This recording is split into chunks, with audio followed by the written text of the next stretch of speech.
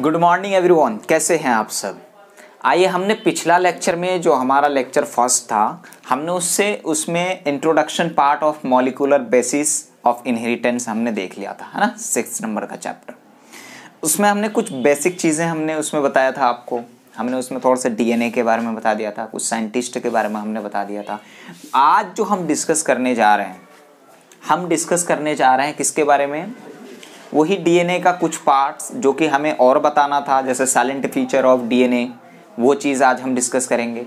फिर उसके बाद जो डीएनए का जो जिन्होंने डीएनए को डिस्कवर किया, डबल हेलिक स्ट्रक्चर्स, वो हमारे जेम्स वाटसन और फ्रांसिस क्रिक साइंटिस्ट हैं, उनके बारे में हम डिस्कस करेंगे। ठीक है, तो आइए सबसे पहले हम लोग ये देखते हैं, पिछला क्लास में हम क्या क्या पढ़ चुके हैं।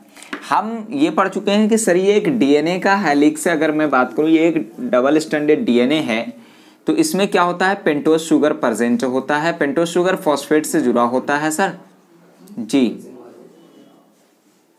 हमने ये चीज़ पढ़ी थी पिछले क्लास में, पेंटोज शुगर फॉस्फेट से जुड़ा होता है। और मैंने बोला था कि डीएनए हेलिक्स में जो बैक बॉन्ड है वो कौन है, पेंटोज शुगर और फॉस्फेट, है ना, हमने ये बात की थी। फिर उसके बाद दूसरे स्ट्रैंड से जुड़ा होगा वो with the help of nitrogenous base से जुड़ा होगा। इतनी चीजें, इधर भी पेंटोज शुगर प्रेजेंट होगा। अब बच्चों, पिछला क्लास में जो चीज़ मैंने बताया था आपको, वो चीज़ थोड़ा सा मैं रिमाइंड करा देता हूँ। मैंने आपको शुगर के बारे में 2 बताया था, एक बताया था हमने राइबोज और एक बताया था हमने डीऑक्सी राइबोज। क्या? Deoxy ribose. राइबोज के केस में जो मैंने पेंटोज शुगर ड्रॉ किया था, वो मैंने ये किया था,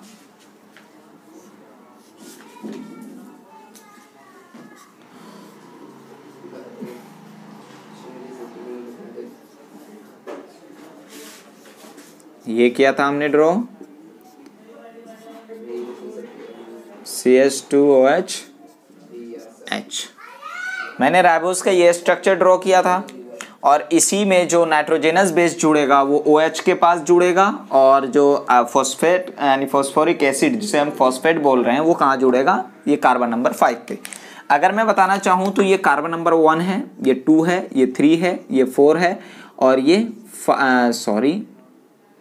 ये 1 2 गलत हो गया नंबरिंग, 1 है, 2 है, 3 है, 4 है और ये 5 है। और कार्बन नंबर 5 से क्या, फॉस्फेट जुड़ेगा। ठीक है, अब बात ये है, जो इंपॉर्टेंट चीज समझाने की है, कार्बन नंबर 2 पे आपको ध्यान रखना है। किस पे? कार्बन नंबर 2 पे।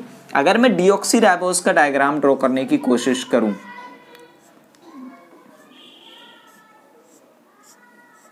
यहां पर OH है, यहां पर H है, यहां पर H है, और यहां पर H है, और यहां पर OH और CH2OH। इस केस में फर्क आपको क्या दिख रहा है कि भाई जो कार्बन नंबर 2 था वहां पे OH प्रेजेंट था, और कार्बन नंबर 2 जो है इसका डीऑक्सी राइबोज का, यहां पर क्या सिर्फ H प्रेजेंट है। क्या प्रेजेंट है? H प्रेजेंट है। तो आपको मैंने बोला क्या, डीऑक्सी राइबोज, इस वर्ड को थोड़ा तोड़िए, डीऑक्सी, डी मतलब होता है क्या, डिफिशियंसी होता है ना, ऑक्सी मतलब होता है ऑक्सीजन। तो ऑक्सीजन की डिफिशियंसी है पेंटोज शुगर में, इसीलिए हम इसको क्या बोलते हैं, डीऑक्सी राइबोज। और इसमें क्या, OH प्रेजेंट है, नॉर्मल केस में है, इसीलिए हम इसको क्या बोलते हैं, राइबोज। तो याद कीजिए, अगर मैं आपको बोलूं कि डीएनए का फुल फॉर्म बताइए, तो आप क्या बोलते हैं, डीऑक्सी राइबोज न्यूक्लिक एसिड। तो मतलब डीएनए के केस में जो पेंटोज शुगर प्रेजेंट होगा वो ये वाला होगा। समझ में आए बात? जिसके सेकेंड नंबर कार्बन पे O एब्सेंट होगा। समझ में आए बात? इतनी चीजें क्लियर है। अब राइबोज, आरएनए का फुल फॉर्म अगर मैं आपसे पूछूं तो आप क्या बोलेंगे, राइबोज न्यूक्लिक एसिड, है ना। तो उस केस में राइबोज शुगर ये है, तो राइबोज न्यूक्लिक एसिड में कौन सा, ये वाला केस होगा। इतनी चीजें आपको क्लियर है। हमने ये बोला था कि जो यहाँ पे नाइट्रोजनस बेस जुड़ेगा, है ना, तो उसको हमने बोला था, जिस बॉन्ड के थ्रू जुड़ेगा उसको हमने ईस्टर बॉन्ड बोला था। और एक फॉस्फेट जो दो को जोड़ा, 2 पेंटोज शुगर को, है ना, यहाँ पर तो नाइट्रोजनस बेस जुड़ेगा, तो ये तो वो हो जाएगा ना लिंकेज। इधर की बात करते हैं। इधर मान लीजिए फॉस्फेट ग्रुप जुड़ा 50 कार्बन से, तो ये ईस्टर बॉन्ड है, और एक पेंटोस शुगर इधर भी है तो ये भी फॉस्फेट से जुड़ेगा, तो 2 ईस्टर बॉन्ड है, इसीलिए हम इसको क्या बोलते हैं, फॉस्फोडाइस्टर बॉन्ड। समझ में आई बात। नेक्स्ट यहाँ पे जो OH है, यहाँ पे नाइट्रोजनस बेस जुड़ेगा, जिस बॉन्ड के थ्रू, जिस लिंक के थ्रू नाइट्रोजनस बेस जुड़ेगा उसको हम लोग बोलते हैं N glycosidic linkage, N glycosidic linkage. समझ में आई बात। एन मतलब नाइट्रोजनस बेस, ग्लाइकोसिडिक एक तरह का पेंटोस क्या है, ग्लूकोज ही है, तो मतलब कि जो नाइट्रोजन बेस और ग्लूकोज के बीच में जो कनेक्शन प्रोवाइड कर रहा है उसे हम क्या बोल रहे हैं, एन ग्लाइकोसिडिक लिंकेज। इतनी चीजें क्लियर है। एक्चुअल में बच्चों आपको याद क्या रखना है, जो बॉन्ड के बारे में याद रखना है, जो बॉन्ड के बारे में हमें याद रखना है, मोस्टली आपको 3 या 4 टाइप के बॉन्ड आपको याद रखने। कितने? 4 टाइप के बॉन्ड आपको याद रखने। एक तो आपको याद रखना है भाई ईस्टर बॉन्ड। ईस्टर बॉन्ड कैसे बनता है, तो सर जो पेंटोस शुगर है उसके 5th कार्बन वाले OH यानी 5th कार्बन वाले का रिएक्शन होता है किसके, फॉस्फेट ग्रुप के साथ, और वहां से एक मॉलिक्यूल वाटर रिलीज होता है और जाकर के क्या, ईस्टर बॉन्ड बनता है, जो हम पिछले क्लास में भी बता रखे हैं। तो दोनों तरफ पेंटोस शुगर जुड़ेगा तो एक फॉस्फेट दो ईस्टर बॉन्ड फॉर्मेशन किया दोनों तरफ के पेंटोस शुगर से रिएक्शन करके, तो इसीलिए आप दूसरा नंबर पे क्या याद रखेंगे, फॉस्फोडाइस्टर बॉन्ड। क्या याद रखेंगे, फॉस्फोडाइस्टर बॉन्ड। ठीक है, तुम लोगों को समझ में नहीं आ रहा है, आवाज आ जाती है नमान, आवाज आ जाती है, चुपचाप रहो। तो दूसरे नंबर पे क्या है, फॉस्फोडाइस्टर बॉन्ड। समझ में बात। दूसरा नंबर आप याद रखेंगे। तीसरा बॉन्ड आप क्या याद रखेंगे, तीसरा बॉन्ड आप ये याद रखेंगे कि जो नाइट्रोजनस बेस जिस लिंकेज से पेंटोस शुगर से जुड़ा हुआ था उसको हम बोलते हैं एन ग्लाइकोसिडिक लिंकेज। ठीक है, तो आपको क्या क्या याद रखना है, एक तो ईस्टर बॉन्ड और फॉस्फोडाइस्टर बॉन्ड और एन ग्लाइकोसिडिक स्टेज। अब ये जो नाइट्रोजनस बेस इस स्ट्रैंड के नाइट्रोजन बेस से जो बॉन्ड से जुड़ा हुआ है, इस बॉन्ड को हम लोग बोलते हैं हाइड्रोजन बॉन्ड।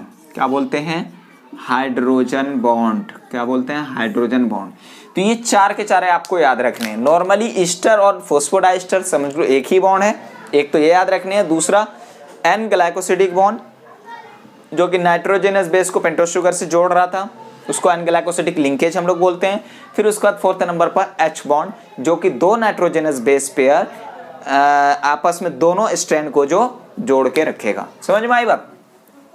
ये चीज तो था हमारा थोड़ा सा पिछला क्लास का रिवीजन, ठीक है, जो कि हमें थोड़ा सा पता होना चाहिए। मैंने आपको पिछला क्लास में बोला था कि डीएनए का जो स्ट्रक्चर है हमारा, डीएनए का जो स्ट्रक्चर है हमारा, वो डीएनए का स्ट्रक्चर एक्चुअल में जैसा हमें दिखता है वो वैसा है नहीं। जैसे ये क्रॉस टाइप का आपको दिखता है, जैसे ये क्रॉस टाइप का आपको दिखता है, एक्चुअल में ये ऐसा है नहीं। क्रॉस आपको इसलिए दिख रहा है क्योंकि ये 3D डायग्राम जब आप देखेंगे तो ये क्रॉस टाइप का आपको नहीं दिखेगा। क्लियर, तो ऐसा आपको दिखता है लेकिन ऐसा ये है नहीं। तो यहाँ पर 3D डायग्राम आप यहाँ पर देख सकते हैं। ठीक है, मैं अभी 3D डायग्राम यहाँ पे आपको दिखा रहा हूँ। आप यहाँ पे देखिए, जो ये 3D डायग्राम आपको दिख रहा है ना, तो इसमें आपको कुछ ऐसा नहीं दिख रहा है। ठीक है, पता ये चला कि ये ऐसा क्रॉसिंग ओवर वाला टाइप का ये डायग्राम नहीं है। जब मैं इसकी बात करूं तो इस स्ट्रक्चर को मैं समझाने के लिए मैं यूं समझाता हूं, जैसे मैं यहां पे नाइट्रोजनस बेस ऐसे जोड़ रहा हूं।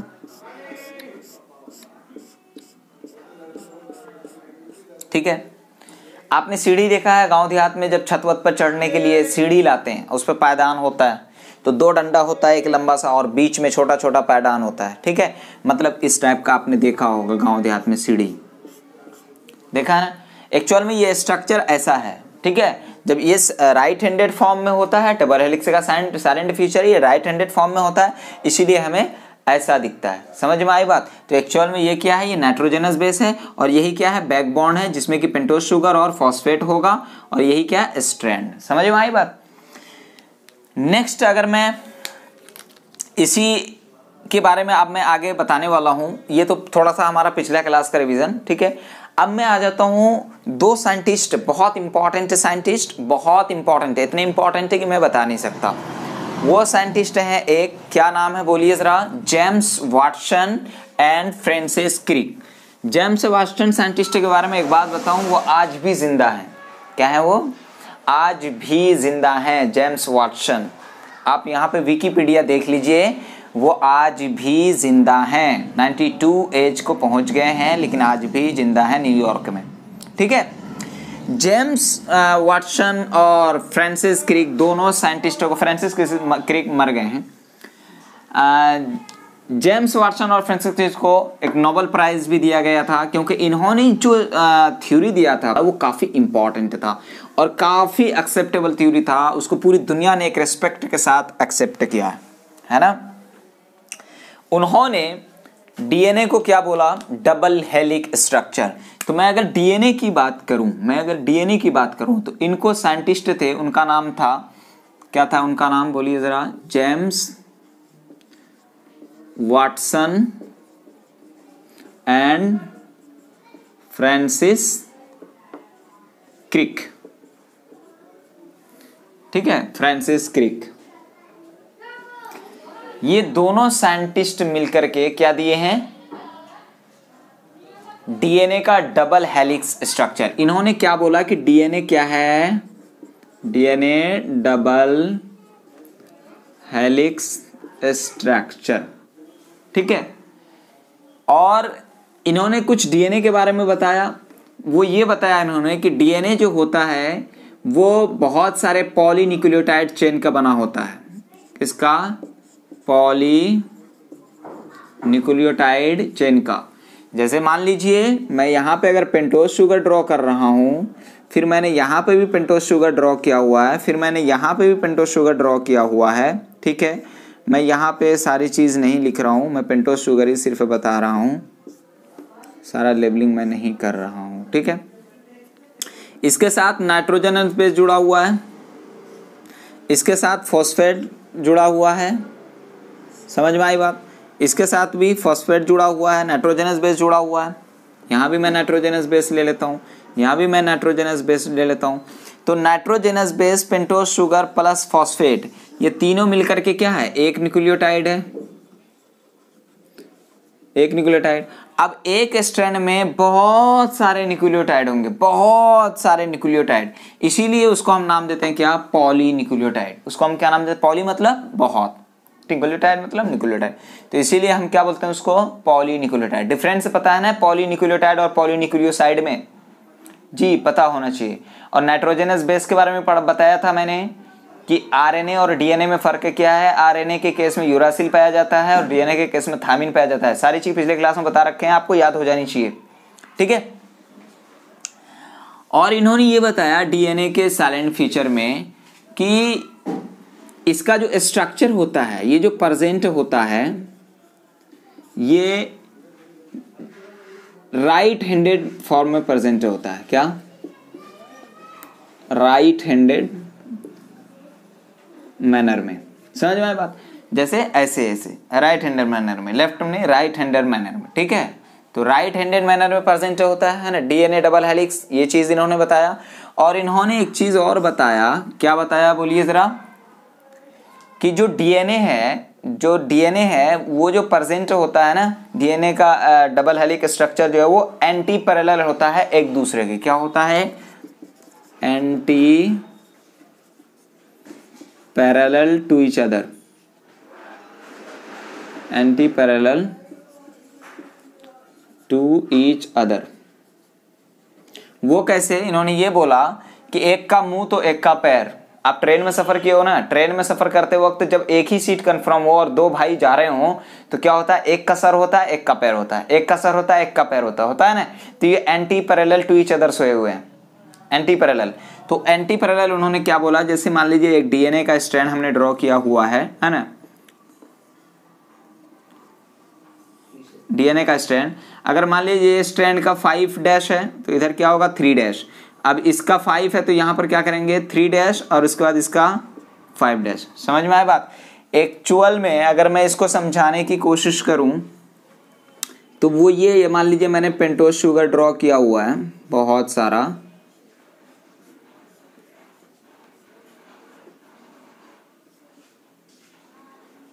ठीक है। इधर भी मान लीजिए मैंने पेंटोज शुगर ड्रॉ किया हुआ है,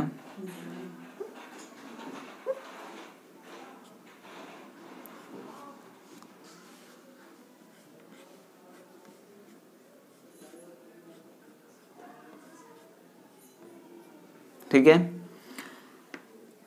इस केस में मैं यूं बोल सकता हूं क्या कि हमारा ये एक हेलिक्स है,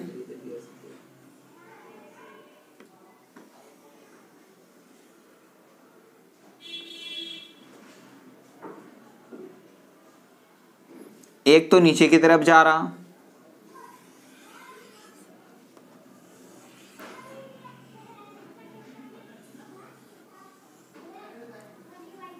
कुछ ज्यादा नुकीला हो गया है, और एक ऊपर की तरफ जा रहा कि नहीं जा रहा। अब यहाँ पे ये नाइट्रोजनस बेसिस प्रेजेंट होंगे। चलो मैं नाइट्रोजनस बेस में क्या ले लेता हूँ, एडेनिन ले लेता हूँ, थायमीन ले लेता हूँ। दूसरे केस में थायमीन ले लेता हूँ, एडेनिन ले लेता हूँ। फिर इस केस में मान लीजिए मैं साइटोसिन ले लेता हूँ और ट्रिपल बॉन्ड हाइड्रोजन से गुआनिन को जोड़ देता हूँ।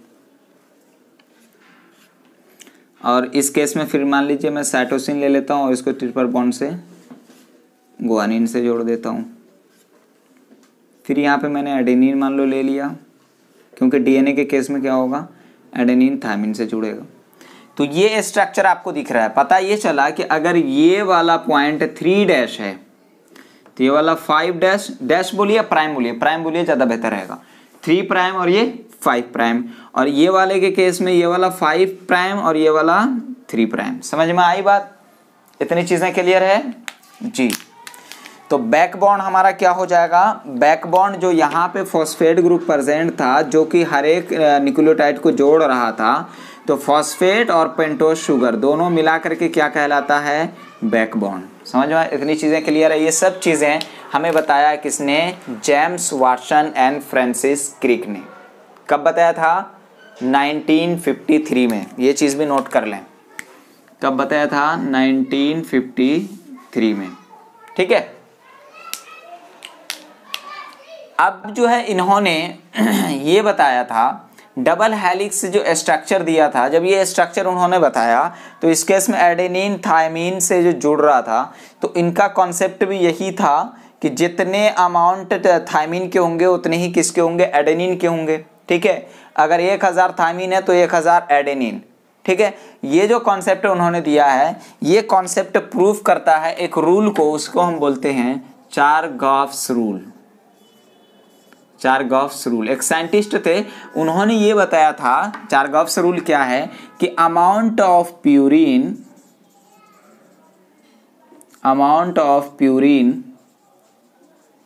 Is equal to amount of pyrimidine। समझ में आई बात? इसीलिए इसका जो रेशियो आता है वो क्या आता है,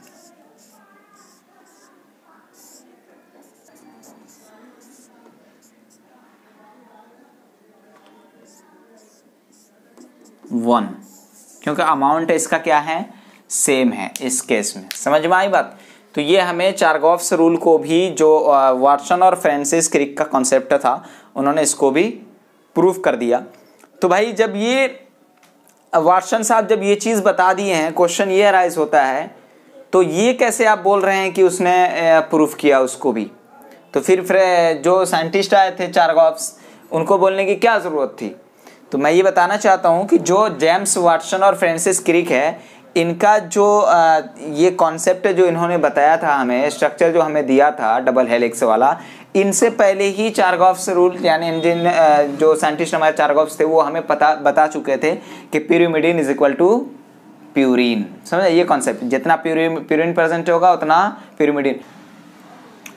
तो ये चीज़ यहाँ से हमें पता चल गया जेम्स फ्रांसिस वाटसन के बारे में, क्रिक के बारे में। क्या क्या हमने बोला कि 1953 में ये साइंटिस्ट हमें डबल हेलिक्स डीएनए स्ट्रक्चर हमने बताया, साइंटिस्ट ने बताया। फिर पॉलीन्यूक्लियोटाइड के बारे में बताया कि भाई जो मेडअप होता है डबल डीएनए का स्ट्रक्चर, वो पॉलीन्यूक्लियोटाइड चेन से बना होता है।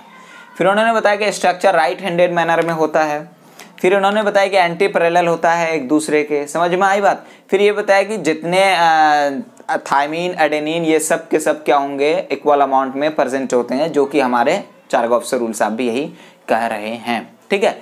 अब हम अगर थोड़ा सा आगे चलें साइंटिस्ट से हटके, एक चीज़ और मैं यहाँ पे बताना ये चाहता हूँ कि जो जेम्स वाटसन और फ्रांसिस क्रिक थे, इन्होंने जो डबल हेलिक्स स्ट्रक्चर दिया था, इनके लिए रिस्पॉन्सिबल है दो साइंटिस्ट और, उनका नाम है क्या, मॉरिस, विल्किन मॉरिस और फ्रैंकलिन, क्या, फ्रैंकलिन। ये दो साइंटिस्ट हैं।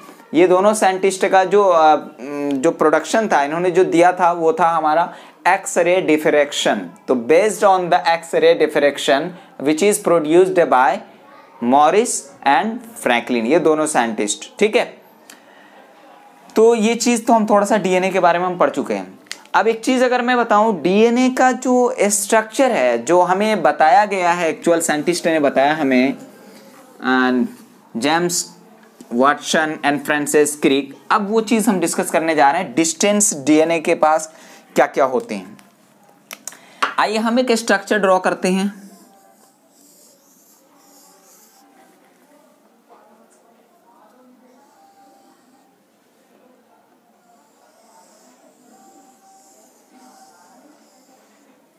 ये हमने क्या, एक डीएनए का स्ट्रक्चर ड्रॉ किया हुआ है, ठीक है।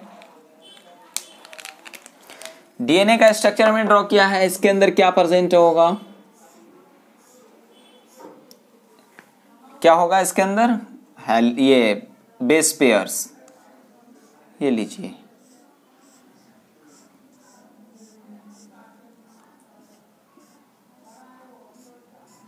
अब ये स्ट्रक्चर ऐसा ही दिखता है हमें, एक्चुअल में ये ऐसा है नहीं, समझ में आए बात। ये वही डायग्राम को अमेजिंग कीजिए, जामा मस्जिद की आपने सीढ़ी देखी है मीनार की, अगर आप यूं ही देखें सीढ़ी को तो आपको ऐसा लगेगा ऐसे है सीढ़ी, ओवरलैप कर रहा है। जैसे मैं यहाँ पे बताऊं, मैं अगर इसको यूं चक्कर करूं तो इस पोजीशन में आके आपको क्या दिख रहा होगा, ओवरलैप कर गया। आधा मार्कर थोड़ी है, मार्कर तो पूरा है, देखो आपको आधा दिख रहा है।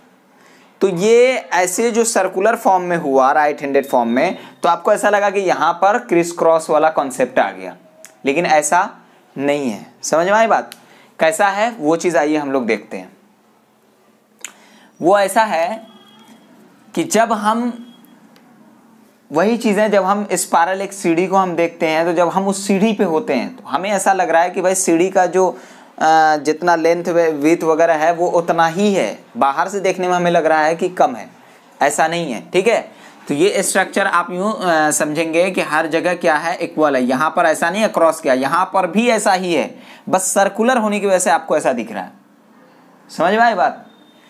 अब बच्चों एक चीज़ हम बताते हैं, वो ये बहुत इंपॉर्टेंट मैं बताने जा रहा हूँ कि जो आपका नाइट्रोजनस बेस पेयर है, आपका बेस पेयर, ये वाला एक बेस पेयर, यहाँ से यहाँ तक जो आपका डिस्टेंस है, वो डिस्टेंस है आपका 3.4 एंगस्ट्रॉन, या फिर आप बोल सकते हैं 0.34 नैनोमीटर,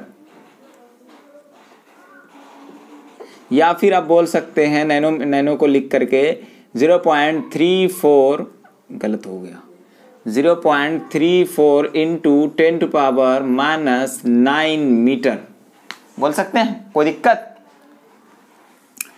अब जो एक टर्न है, वन टर्न, एक टर्न की बात करूं तो उसका जो डिस्टेंस होता है वो यहां से लेकर के मैं यहां तक देखूं, उसका डिस्टेंस होता है 3.4 एंगस्ट्रॉन, या फिर यूं बोलिए आप 0.34 एंगस्ट्रॉन होगा, 3 पॉइंट नहीं होगा, 34 एंगस्ट्रॉन, या फिर आप यूं बोलिए 3.4 नैनोमीटर, या फिर आप यूं बोलिए 3.4 इंटू 10⁻⁻9 मीटर। समझ में आई बात। अभी तक क्या देख लिया हमने कि दो नाइट्रोजनस बेस पेयर का डिस्टेंस 3.4 एंगस्ट्रॉन या फिर 0.34 इंटू 10⁻⁻9 मीटर, और जो एक पिच है। अच्छा, पिच कैसे निकालते हैं, जैसे मान लीजिए ये एक मैंने डीएनए का डायग्राम ड्रॉ किया हुआ है ना, तो डीएनए का डायग्राम में आप एक एस बनाओ, और ये एस जो होगा आपका, ये आपको एक टर्न हम लोग बोलते हैं, इसको क्या बोलते हैं, वन टर्न। क्या समझ में आई बात। जैसे मान लीजिए यहां से लेकर के अगर मैं एस बनाने की कोशिश करूं, ये बना एस, बना कि नहीं, तो यहाँ से लेकर के यहाँ तक ये एक टर्न है। एक्चुअल में आप कैसे देख रहे हैं कि सर ये भी आ गया, ये भी आ गया। एक टर्न क्या होगा, जो हमारा एक एस है वो हमारा क्या होगा, एक टर्न होगा। तो एक टर्न का डिस्टेंस क्या है, 34 एंगस्ट्रॉन। और हर टर्न में कितने बेस पेयर पाए जाते हैं, 10 बेस पेयर। कितने, 10 बेस पेयर पाए जाते हैं। अब आप ये बता सकते हैं कि 10 बेस पेयर्स है हर टर्न में, है ना। और इसको 34 को 10 से अगर आप ये डिस्टेंस निकालने के लिए आप क्या कर सकते हैं, 34 को 10 से आप डिवाइड कर देंगे तो आपका यही आएगा 3.4 एंगस्ट्रॉन। समझ में आई बात। तो डिस्टेंस आपका यहाँ से भी निकल गया, क्योंकि एक पिच जो है इसका, एक टर्न जो है उसका डिस्टेंस कितना है, 34 एंगस्ट्रॉन। और एक पिच में, एक टर्न में कितने बेस पेयर्स हैं, 10 बेस पेयर है। इतनी चीजें क्लियर है। अब डीएनए का जो विड्थ होता है यहाँ से लेकर के यहाँ तक, जो डीएनए एक स्ट्रैंड की चौड़ाई है वो कितनी होती है, बोलिए जरा, 20 एंगस्ट्रॉन। कितने, तो डीएनए का जो विड्थ है वो कितना है, 20 एंगस्ट्रॉन। समझ में आई बात। क्या क्या देख लिया, बेस पेयर का डिस्टेंस हमने देख लिया, हमने एक टर्न का डिस्टेंस हमने देख लिया, कितने बेस पेयर है ये देख लिया, और विड्थ हमने देख लिया। इतनी चीजें क्लियर है। ये चीज काफी इंपॉर्टेंट है, वो चीज को समझना। वही मैं बार बार समझाने की कोशिश कर रहा हूं कि मान लीजिए ये मैंने एक डीएनए लिया हुआ है, तो भाई एक टर्न आप किसको बोल रहे हैं, मैंने बोला एक टर्न यहां से लेकर के यहाँ 2 अपेंडेजेस स्ट्रक्चर इसमें आ गया है, इसको हम एक टर्न बोल रहे हैं। मैंने आपको बोला एक एस वाला स्ट्रक्चर जो होता है वो हमारा क्या कहलाता है, बोलिए जरा, एक टर्न, जिसका ही कितना है, 34 एंगस्ट्रॉन। ठीक है, इतनी चीजें क्लियर है। क्योंकि अभी जितनी चीजें मैं बताने वाला हूं डीएनए पैकेज में, ये सारी चीजें, तो वहां पे थोड़ा सा ध्यान रखना होगा। अब आइए हम देखते हैं क्या, थोड़ा सा ये फ्रांसिस क्रिक के बारे में याद रखिएगा, है ना। 1953 में इन्होंने डबल हेलिक्स स्ट्रक्चर दिया। इन्होंने बोला कि डबल हेलिक्स स्ट्रक्चर जो है राइट हैंडेड मैनर में होता है, पॉलीपेप्टाइड चेन का बना हुआ होता है, और इन्होंने बोला एंटी पैरेलल में अरेंज्ड होता है। ठीक है, ये सारी चीजें आप याद रखिएगा। अब हम थोड़ा सा डीएनए पैकेजिंग स्टार्ट होने से पहले हम देख लेते हैं क्या, सेंट्रल डोग्मा। क्या देख लेते हैं, सेंट्रल डोग्मा। पता चला नाइंसाफी हो जाएगी, तो इसीलिए हम क्या देख लेते हैं, सेंट्रल डोग्मा। सेंट्रल डोग्मा एक साइंटिस्ट थे, उनका नाम था फ्रांसिस, कौन, फ्रांसिस क्रिक। वो साइंटिस्ट बताए हैं, पता है क्या, कि जो सेंट्रल डोग्मा है वो सेंट्रल डोग्मा एक यूनिडायरेक्शनली इंफॉर्मेशन फॉलो होता है, उसे ही हम क्या बोलते हैं, सेंट्रल डोग्मा। तो उन्होंने ये बोला कि सेंट्रल डोग्मा क्या है, unidirectional flow of genetic information. क्या बोला उन्होंने, कि यूनिडायरेक्शनली फ्लो ऑफ इंफॉर्मेशन, उसे ही हम क्या बोलते हैं, सेंट्रल डोग्मा। लेकिन कुछ साइंटिस्ट आए जो बीच में टांग अड़ा दिए, क्या सर जी आप यूनिडायरेक्शनली गलत बोल रहे हैं, कभी कभी सर्कुलर मैनर में भी होता है और कभी कभी रिवर्स डायरेक्शन में भी होता है। ठीक है, तो इन्होंने जो बताया था वो ये बताया था कि अगर ये डीएनए है, इस डीएनए के अंदर क्या होगा, रेप्लिकेशन।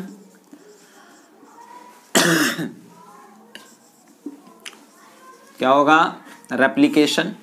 रेप्लिकेशन होने के बाद ये डीएनए किस में कन्वर्ट हो जाएगा, एमआरएनए में, होगा कि नहीं। डीएनए से एमआरएनए का बनना, उसे ही हम क्या बोलते हैं, या आरएनए का बोल लो, उसे हम बोलते हैं transcription. Transcription, is that clear. फिर उसके बाद ये आरएनए का जो इंफॉर्मेशन है वो आगे in the form of protein convert होगा, तो क्या बना लेगा, प्रोटीन। समझ में आई बात। तो जो आरएनए से प्रोटीन बना, ऐसे मेथड को हम बोलते हैं ट्रांसलेशन। ट्रांसलेशन। तो हमारे जो सेंट्रल डोग्मा बताने वाले फ्रांसिस क्रिक साहब थे, कौन, फ्रांसिस क्रिक। इन्होंने बताया unidirectional flow of genetic material को सेंट्रल डोग्मा बोलते हैं। उन्होंने बोला कि डीएनए के अंदर एप्लीकेशन होता है, ट्रांसक्रिप्शन होने के बाद वो एमआरएनए में कन्वर्ट हो जाता है, फिर जाकर के वो प्रोटीन इस ट्रांसलेशन होता है। ये चीज इन्होंने बता दिया। ठीक है, जो कि नॉर्मली यही देखने को मिलता है। लेकिन साइंटिस्ट आते गए और अपना अपना तजुर्बा दिखाते गए। साइंटिस्ट ने बोला, कुछ साइंटिस्ट है कि सर जी आप जो बता रहे हो यूनिडायरेक्शनल है, कभी कभी सर्कुलर फॉर्म में भी होता है। यूनिडायरेक्शनल है और कभी कभी क्या होता है, सर्कुलर फॉर्म में भी होता है। जहां से शुरू हुआ वहां भी आ गया। तो ऐसे टर्म को वो साइंटिस्ट बोले कि जो इन्होंने बताया है सेंट्रल डोग्मा फ्रांसिस क्रिक साहब ने, ये है one way flow of genetic information. समझो मैं क्या कहना चाह रहा हूं। जो फ्रांसिस क्रिक साहब ने बताया यूनिडायरेक्शनल है वो ठीक है, लेकिन उन्होंने ये चीज बताया था। लेकिन साइंटिस्ट आए तो बोलने लगे सर आप सही कह रहे हैं यूनिडायरेक्शनल है, लेकिन आपका concept one way follow of genetic information है, एक ही वे में फॉलो हो गया। तो उन्होंने बोला कि भाई तू बता दे क्या है ना। ऐसा नहीं होता, मैं ऐसे बोल रहा हूं। उन्होंने बोला कि सर कभी कभी जो होता है वो सर्कुलर मैनर में भी जेनेटिक इंफॉर्मेशन ट्रांसफर होता है। Circular way of flow of genetic information.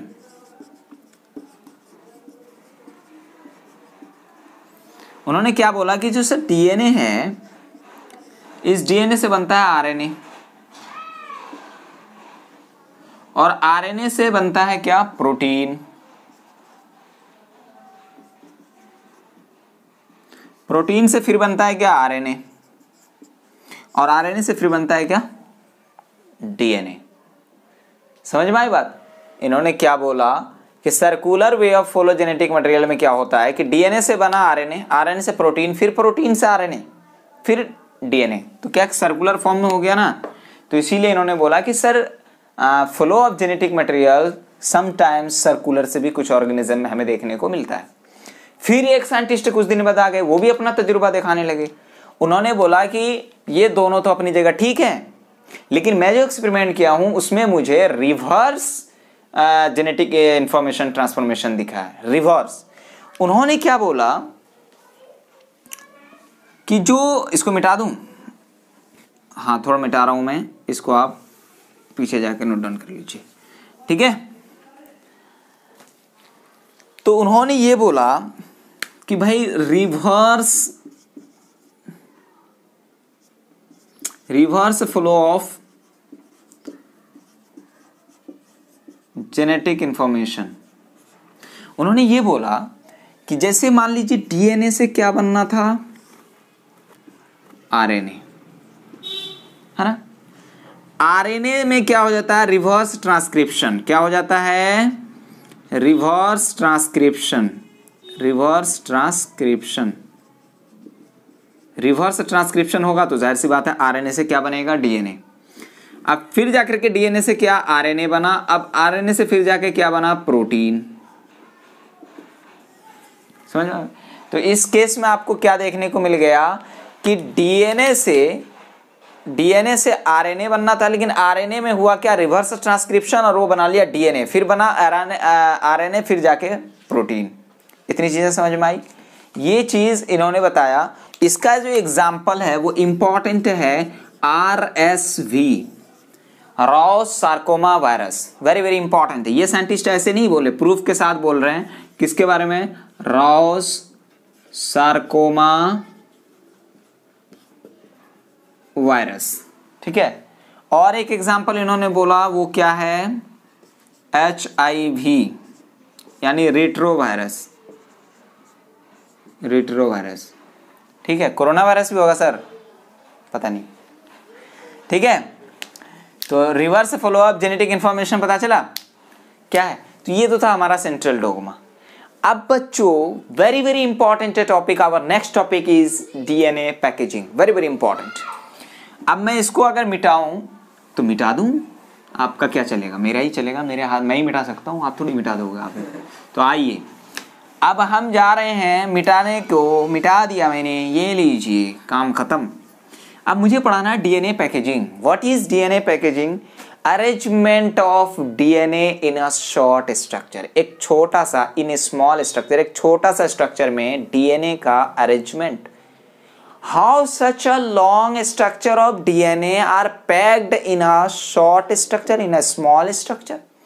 एक छोटा स्ट्रक्चर में इतना लंबा डीएनए कैसे एग्जिस्ट करता है, उस चीज को हम पढ़ेंगे। ठीक है, उस चीज को पढ़ने से पहले अभी बताइए, हमने नाइट्रोजेनस बेस पेयर जो था उसका डिस्टेंस अभी हमने आपको बताया कितना है, बोल देख के ही बता दे, थोबड़ो देख के ही बता दो कितना है, 3.4 एंगस्ट्रॉन, या फिर यूं बोलिए 0.34 इंटू 10⁻⁹ मीटर। अब पिछला क्लास याद कीजिए, मैंने आपको बोला था कि ह्यूमन जीनोम जो है इन डिप्लॉयड केस कितना बेस पेयर होता है, उसमें ह्यूमन जीनोम जो है उसके अंदर कितना बेस पेयर होता है, 6 डिप्लॉयड केस की बात कर रहे हैं, 2n 6.6 इंटू 10⁹ बेस पेयर। समझ में आया? जब दोनों को आप मल्टीप्लाई करेंगे तो आपको एक डीएनए स्ट्रैंड का पूरा क्या दिख जाएगा, लेंथ। वो कैसे, देखिए जब मैं दोनों को मल्टीप्लाई करूं 0.34 into 10⁻⁹ metre into 6.6 into 10⁻⁹ base pair. जब इसको आप मल्टीप्लाई कर रहे हैं तो ये वाला तो कैंसिल हो जा रहा। जब इसको आप इससे मल्टीप्लाई करेंगे तो आपका जो आएगा टोटल 2.2 मीटर अप्रोक्सीमेटली। ये स्ट्रक्चर है ये ग्रेटर देन है किससे, क्या है, greater than a dimension of a nucleus. एक न्यूक्लियस की अगर मैं बात करूं, न्यूक्लियस के डायमेंशन की, वो होता है 10⁻⁻6। 10⁻⁻6 एक बहुत छोटा स्ट्रक्चर हुआ। इसके अंदर ये 2.2 मीटर का हेलिक्स ये स्ट्रक्चर कैसे अरेंज्ड है, उस चीज को हम लोग पढ़ेंगे। ठीक है, तो मैं यहां पे एक क्वेश्चन बोल सकता हूं कि sir how is possible such a long structure are packed in a small structure, वो चीज हम इसमें पढ़ेंगे। ठीक है, तो बच्चों आपने यहां पर देख लिया। अब आइए हम डीएनए पैकेजिंग दो केस, प्रोकैरियोट में और यूकैरियोट में देखना है। असल तो हमें यूकैरियोट के बारे में पढ़ना है, प्रोकैरियोट के बारे में थोड़ा सा मैं बता देता हूं। प्रोकैरियोट के बारे में पढ़ना है, एनसीईआरटी बोल रही है तो हमें पढ़ना ही पड़ेगा रे, है ना। प्रोकैरियोट के केस में ये बताइए प्रोकैरियोट क्या होता है, यूकैरियोट प्रोकैरियोट का डिफरेंस। प्रोकैरियोट के पास वेल डेवलप्ड न्यूक्लियर मेम्ब्रेन नहीं होता है, इसीलिए हम इसको बोलते हैं इसके पास नेकेड डीएनए होता है ना। इसके पास जो होता है वेल डेवलप्ड या वेल डिफाइंड न्यूक्लियस नहीं होता, हम ऐसे ही बोलते हैं, बहुत पहले से बोल रहे हैं। तो मतलब न्यूक्लियर मेम्ब्रेन क्या होता है, एब्सेंट, इसीलिए हम इसको बोलते हैं क्या, वेल डिफाइंड न्यूक्लियस एब्सेंट, है ना। थोड़ा डॉक्टर की राइटिंग के फॉर्म में है, याद कर लीजिएगा, वो आपकी दिक्कत है, मैंने बोल दिया। इन प्रोकैरियोट में भी हम ले लेते हैं क्या, ई कोलाई बैक्टीरिया। क्या ले लेते हैं, ई कोलाई। इंजीनियर कुली, क्या पढ़ना है इसको, इंजीनियर कुली। इंजीनियर कुली मत पढ़ना, इंजीनियर का ई आर होता है।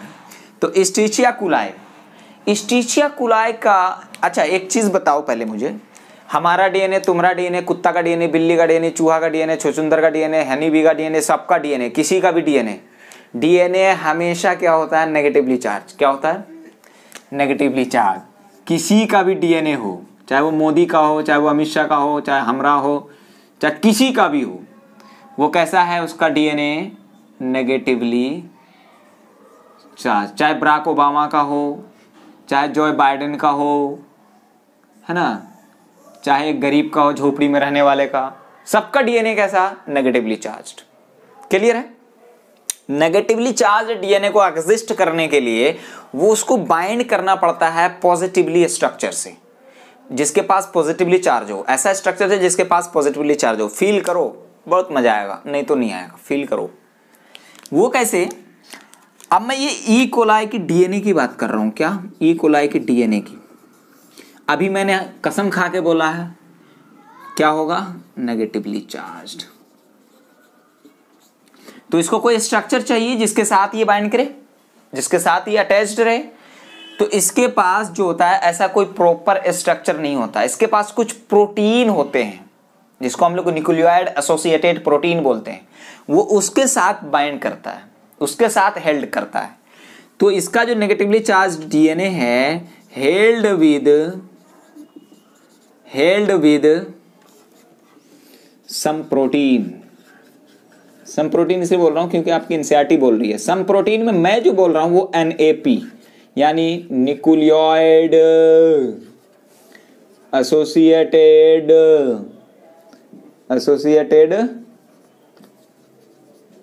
प्रोटीन है ना, इसको नैप भी बोलते हैं। इसके साथ ये क्या होता है, अटैच्ड होता है। और ये न्यूक्लियोइड एसोसिएटेड प्रोटीन जिस रीजन में प्रेजेंट होता है उस रीजन को हम बोलते हैं, बड़ा खूबसूरत नाम देते हैं, वो बोलिए न्यूक्लियोइड। ठीक है। प्रोकैरियोट के केस में क्या याद रखेंगे आप, सर डीएनए नेगेटिवली चार्ज है, ये हेल्ड होता है कुछ प्रोटीन के साथ, NAP के साथ, और जहां पे ये हेल्ड होता है जिस स्ट्रक्चर के साथ, वो जिस जगह में होता है उसको हम लोग न्यूक्लियोइड बोलते हैं। प्रोकैरियोट की तमाम यहाँ से कहानी खत्म, इसकी निकाल दो मैयत। अब हम आ जाते हैं यूकैरियोट में, जो हमें एक्चुअल पढ़ने हैं। किस में आ जाते हैं, यूकैरियोट में। यूकैरियोट की अगर हम बात करें, मेरे प्यारे बच्चों जिगर के टुकड़ों, तुम घर से क्यों नहीं आते हो कोचिंग में, तो सर केजरीवाल ने मना कर रखा है, I am sorry for that. इधर आइए, अब हम आ जाते हैं किस पर, यूकैरियोट के केस में। किसके केस में, यूकैरियोटिक केस में। यूकैरियोटिक के केस में आते हैं तो हमको ये पता चलता है कि we have well defined nucleus and we have nuclear membrane, और हम एक पार्टिकुलर मैनर में प्रेजेंट होते हैं, इसमें कोई दिक्कत की बात नहीं है। ठीक है। तो यूकैरियोट का भी क्या होगा भाई, डीएनए की अगर हम बात करें तो इसका भी डीएनए होगा, NAD बोल रहा था मैं यार, डीएनए वो कैसा होगा, नेगेटिवली चार्ज्ड। ठीक है। लेकिन हमारा डीएनए जो है वो किससे अटैच्ड होता है, किसके साथ होता है, वो हिस्टोन प्रोटीन के साथ। किसके साथ, हिस्टोन प्रोटीन, हिस्टोन प्रोटीन। ठीक है। हिस्टोन प्रोटीन की अगर मैं टाइप्स की बात करूं तो बच्चों हिस्टोन प्रोटीन के टाइप जो होते हैं वो कितने टाइप के होते हैं, 5 होते हैं। एक होता है H1, एक होता है H2A, एक होता है H2B, एक होता है H3, एक होता है H4। ठीक है। तो ये चारों पांचों हिस्टोन जो है ये मिलकर के एक स्ट्रक्चर बनाता है, उसको हम बोलते हैं हिस्टोन ऑक्टामर। H1 के अलावा H2A, H2B, H3, H4 ये मिलकर के एक स्ट्रक्चर बनाता है, उसको हम क्या बोलते हैं, हिस्टोन ऑक्टामर। क्या ऑक्टा मतलब 8, मतलब 8 सर्कुलर स्ट्रक्चर। आपके एनसीईआरटी में एक ही दिया हुआ है, एक ही सर्कुलर स्ट्रक्चर दिया हुआ है, ये देखिए 8 सर्कुलर स्ट्रक्चर बना। और ये जो H1 है, H1 यहाँ पे इस टाइप से प्रेजेंट होता है जिससे डीएनए स्टैंड हेल्ड हो रहा होता है। ये क्या है, H1। समझ में आई बात। तो एक्चुअल में histone protein H1, H2A, H2B, H3, H4 ये सब के सब पार्टिसिपेट करते हैं किसमें, बोलिए जरा, एक न्यूक्लियोसोम के फॉर्मेशन में। तो अब मैं आपको बोल रहा हूँ ये डीएनए स्ट्रैंड देखो, ये रैप कर रहा है किसके साथ, हिस्टोन प्रोटीन के साथ। किसके साथ, हिस्टोन प्रोटीन के साथ। ये क्या किया, रैप किया, मतलब धागे की तरह उसको चारों तरफ से घेर लिया, और ये रैप किया और अटैच्ड हुआ किससे, H1 से। ये पूरे के पूरे स्ट्रक्चर को हम क्या बोलते हैं, बोलिए जरा, ये पूरे के पूरे स्ट्रक्चर को हम बोलते हैं न्यूक्लियोसोम।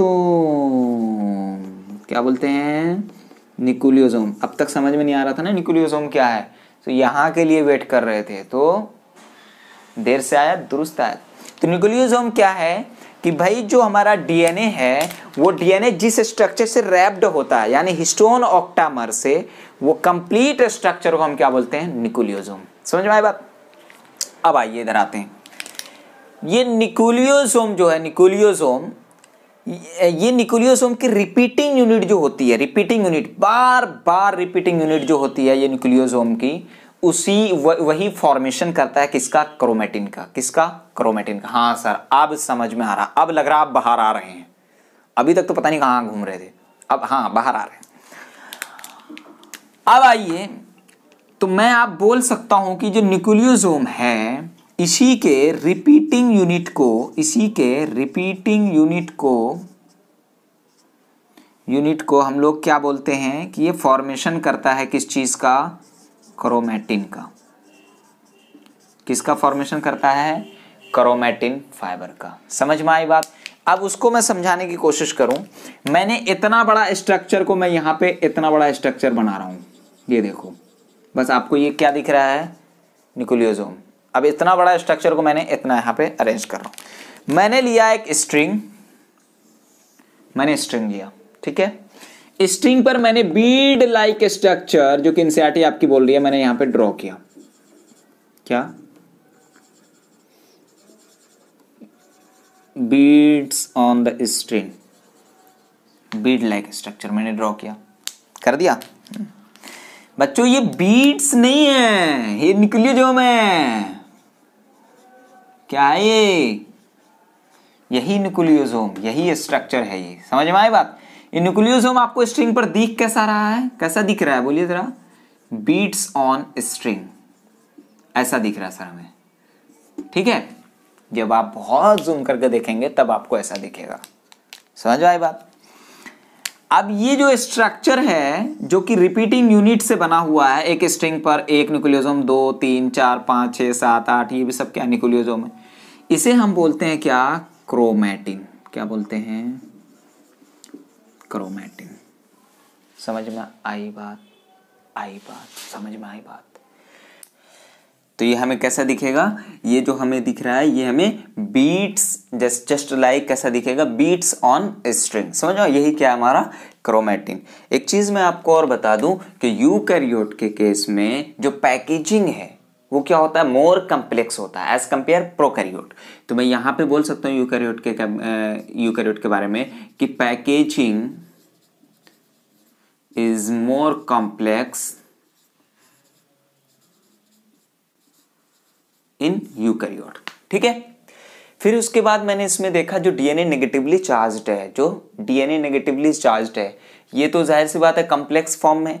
तो ये जो होता है इसके पास एक सेट ऑफ पॉजिटिवली चार्ज होता है, जिसको हम लोग क्या बोलते हैं, इसके पास हम क्या बोल सकते हैं कि इसके पास है भाई set of positively charge, positively ऐसे लिख दूं जरा, positively charged basic proteins. Positively charge क्या, बेसिक प्रोटीन्स, उसे ही हम क्या बोलते हैं, हिस्टोन। समझ में आई बात। मैंने आपको बता दिया हिस्टोन के types H1 H2A H2B H3 H4, समझ में आ रही है बातें। फिर जाकर के ये H2A H2B H3 H4 ये ऑर्गेनाइज होकर के ऑक्टामर का फॉर्मेशन करता है, जिसको हम लोग क्या बोलते हैं, हिस्टोन ऑक्टामर्स, ठीक है। ये वाला स्ट्रक्चर हमने देखा क्या है, ये H1 है, ठीक है। हिस्टोन ऑक्टामर्स में H1 पार्टिसिपेट नहीं करता है। फिर मैंने आपको बोल दिया ये टोटल जो स्ट्रक्चर है, जो डीएनए स्ट्रैंड्स रैप कर रहा है हिस्टोन ऑक्टामर के साथ, ये टोटल को हम क्या बोल रहे हैं, न्यूक्लियोसोम। क्या बोल रहे हैं हम, न्यूक्लियोसोम। अच्छा एक चीज और बता दूं आपको, ये जो न्यूक्लियोसोम है, न्यूक्लियोसोम के पास 200 बेस पेयर्स होते हैं। कितने, 200 base pairs in DNA helix. समझ में आई बात। फिर मैंने क्या बोला कि ये न्यूक्लियोसोम जो है, ये न्यूक्लियोसोम क्या करेगा बोलिए जरा, इसी बार बार रिपीटिंग इसका जो यूनिट होगा ये आपस में कलेक्ट होकर के किस चीज का फॉर्मेशन करेगा, क्रोमेटिन का। किस चीज का फॉर्मेशन करेगा, क्रोमेटिन से का। और ये क्रोमेटिन जो है, ये क्रोमेटिन प्रेजेंट होता है किस फॉर्म में, क्रोमेटिन फाइबर के फॉर्म में, क्रोमेटिन फाइबर्स। और यही क्रोमेटिन फाइबर्स में फिर क्या होगा बोलिए जरा, बोलिए। क्रोमेटिन फाइबर जो है, ये क्रोमेटिन फाइबर फर्दर क्वाइल्ड होगा। क्या होगा, फर्दर क्वाइल्ड होगा और कंडेंस्ड होगा एट मेटाफेज। उसके बाद ये किस चीज का फॉर्मेशन करेगा, क्रोमोसोम। समझ में आई बात। अच्छा, ये चीज तो आपको यहाँ पे सारी बातें समझ में आ गई। मैंने क्या क्या बोल दिया आपको याद रखना है ये सारी चीजें। मैंने ये भी बोल दिया कि ये जो आपका न्यूक्लियोसोम था, ये न्यूक्लियोसोम एक जो स्ट्रिंग पर बीट्स लाइक स्ट्रक्चर प्रेजेंट है, ये एक्चुअल में क्या है सबके सब, ये न्यूक्लियोसोम है। क्या है सबके सब, न्यूक्लियोसोम है। ठीक है, ये एनसीईआरटी बोल रही है कि कैसा दिखेगा, बीट्स ऑन स्ट्रिंग ऐसा दिखेगा। ठीक है, अच्छा ये तो इसकी बात होगी। अब मैं अगर एक बात बोलूं कि जो ये आपका क्रोमेटिन में जो ये क्रोमेटिन फाइबर जो बना आपका, इसमें जो आपका न्यूक्लियोसोम प्रेजेंट हुआ है किसमें हो रहा है, न्यूक्लियस के अंदर हो रहा है। तो एक टिपिकल न्यूक्लियस जो है, एक टिपिकल न्यूक्लियस, क्या टिपिकल न्यूक्लियस, टिपिकल न्यूक्लियस के केस में आपको क्या दिखेगा, कुछ पैकेजिंग जो है वो लूजली फॉर्म में दिखेगा जिसको लाइट स्टेन हम लोग बोलते हैं, और कुछ जो है वो डेंसली फॉर्म में दिखेगा। कुछ कैसा दिखेगा, लूजली प्रेजेंट, लूजली फॉर्म में आपको दिखेगा, कुछ डेंसली दिखेगा, डेंसली फॉर्म, कुछ डेंसली फॉर्म में दिखेगा। और जो लूजली में दिखेगा उसको हम लोग क्या बोलेंगे, लाइट स्टेन्स, और जो इसमें है उसको हम लोग डार्क स्टेंट बोल सकते हैं, डार्क स्टेंट्स। ठीक है, जो लूजली फॉर्म में प्रेजेंट है यानी इसको हम लोग नाम देते हैं, वेरी वेरी इंपॉर्टेंट। मैंने क्या बोल दिया कि जो एक टिपिकल न्यूक्लियस में आपको जो ये क्रोमेटिन दिखेगा वो किस फॉर्म में दिखेगा, कुछ तो लूजली फॉर्म में प्रेजेंट होगा पैकेजिंग, और पैकेजिंग आपको कुछ डेंसली फॉर्म में देखने को मिलेगा।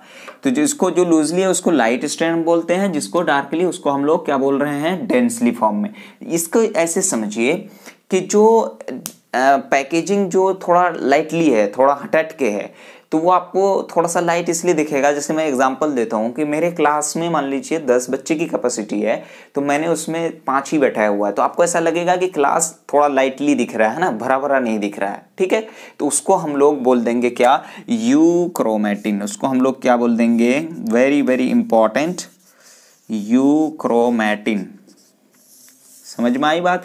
और जो आपको डेंसली फॉर्म में दिख रहा था, जैसे कि 10 बच्चे की कैपेसिटी है क्लास में, मैंने 17-18 बैठा दिए, मैंने 15 से ज्यादा बैठा दिया, तो आपको क्लास भरा भरा दिखेगा, डार्कली फॉर्म में दिखेगा। तो इसको हम लोग क्या बोल देते हैं, हेटेरोक्रोमेटिन। Very very important. समझ में आई बात।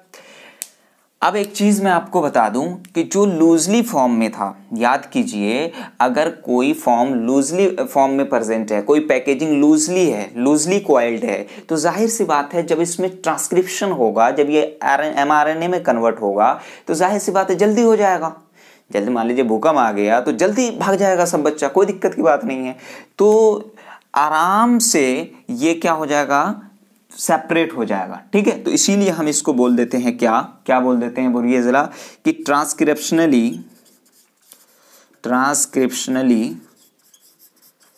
क्या होते हैं, ये एक्टिव होते हैं। Very very important.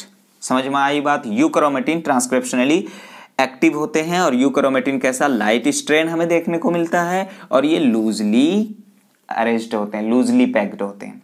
हेटेरोक्रोमेटिन अभी मैंने बोला डेंसली फॉर्म में होगा, यानी इसका जो पैकेजिंग होगा वो डेंसली होगा, जो डार्क हमें दिखेगा। तो ऐसे केस में हम बोल सकते हैं कि भाई ये ट्रांसक्रिप्शनली जो है, ट्रांसक्रिप्शनली क्या होगा, इनएक्टिव होगा। मतलब कि अब ज्यादा बच्चे क्लास में बैठे हुए हैं, तो वो ज्यादा बच्चे जब भूकंप आ जाएगा तो उसको भागने में दिक्कत होगा, पता चला सब एक दूसरे पर ही गिर रहा है ना। तो इसीलिए हम इसको इनएक्टिव और एक्टिव फॉर्म में हम लोग बोलते हैं। ठीक है, अब एक चीज मैं आपको और बता दूं कि जो पैकेजिंग हम अभी कर रहे थे, ये पैकेजिंग को हाई लेवल पर जो पैकेजिंग होता है, हाई लेवल पर पैकेजिंग, तो ये रिक्वायर्ड करता है एक एडिशनल सेट ऑफ प्रोटीन की। तो मतलब मैं क्या बोलता हूं कि the packaging of chromatin at high level required additional protein, एक और प्रोटीन की जरूरत होती है। उस प्रोटीन को हम लोग नाम देते हैं बच्चों, वेरी वेरी इंपॉर्टेंट, उसको हम लोग बोलते हैं नॉन हिस्टोन क्रोमोसोमल प्रोटीन। इसको ब्रैकेट में हम लोग क्या लिख सकते हैं, NHC, non histone chromosomal protein. क्या है नॉन हिस्टोन क्रोमोसोमल प्रोटीन, तो आप यहाँ पे लिख सकते हैं, इसका डेफिनेशन मैं यहाँ पे लिख दूं ग्रीन पेन से ताकि आपको पता चले कि ये इसका डेफिनेशन है। वो है कि the packaging of chromatin at high level required additional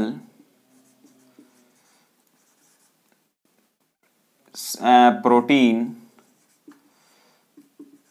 known as non histone chromosomal protein. इतनी चीजें समझ में आ गई। नॉन हिस्टोन क्रोमोसोमल प्रोटीन क्या है, तो चलिए हम लोगों ने यूकैरियोट के केस में भी देख लिया बच्चों, फिर से एक बार हम लोग देखते हैं, बहुत इंपॉर्टेंट है। प्रोकैरियोट के केस में तो हमने सिर्फ इतना बोला था कि भाई डीएनए चाहे किसी का भी हो तो नेगेटिवली चार्ज होगा ही, तो उसको प्रोकैरियोट के केस में उसके पास कोई पार्टिकुलर प्रोटीन नहीं था। हम बोल रहे थे कि कुछ some proteins in nucleoid region present होता है, हमने जिसको क्या नाम दिया था, NAP, न्यूक्लियोइड एसोसिएटेड प्रोटीन, समझे, एनसीईआरटी बोल रही है, उसके साथ ये क्या होते हैं, बाइंड करते हैं, हेल्ड करते हैं, ठीक है। लेकिन यूकैरियोट के केस में जो कि इसका पैकेजिंग कॉम्प्लेक्स है, इसके पास एक सेट ऑफ पॉजिटिवली चार्ज होता है, वो क्या है, बेसिक प्रोटीन। क्या है वो बेसिक प्रोटीन, वो क्या है, हिस्टोन प्रोटीन। एक्चुअल में ये बेसिक प्रोटीन की बात करें ना तो इसमें एक बेसिक अमीनो एसिड्स होते हैं, उसको हम लोग क्या बोलते हैं, बेसिक अमीनो एसिड। वो कौन सा है, लाइसिन्स एंड आर्जिनिन्स। यही negatively charge positively charge provide करता है, ठीक है।